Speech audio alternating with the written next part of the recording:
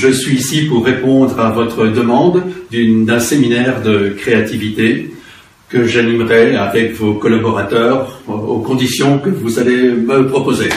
Bon, si vous commencez comme ça, vous êtes foutus.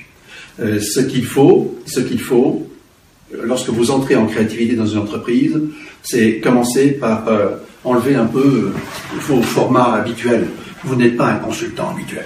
Vous êtes un consultant qui vous trompez souvent. Or, les consultants, ça se trompe jamais. Sinon, vous le sauriez. Hein. Voilà. Donc, je raccroche ça.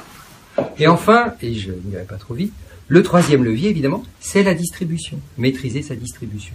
Prenons le cas, par exemple, de l'entreprise Lego, dont on disait il y a quelques années qu'elle était quasiment morte, qu'elle ne se retrouverait pas, qu'elle n'arriverait pas à se redresser parce qu'elle avait été dépassée par ses concurrents, notamment américains, tels Hasbro. Eh bien, quand on regarde ce qu'ils ont été capables de faire au niveau de la distribution, c'est formidable. Qu'ont-ils fait? D'abord, ils ont continué de développer leurs magasins en propre, de façon que leurs clients, les enfants, avec leurs parents, puissent avoir une expérience de jeu, puissent essayer les produits, mais surtout, ils sont allés sur des réseaux sociaux.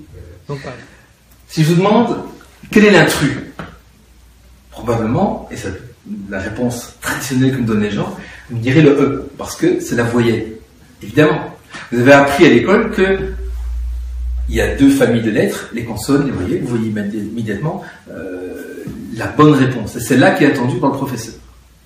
Or, à l'école de la créativité, il n'y a pas une bonne réponse, mais plusieurs.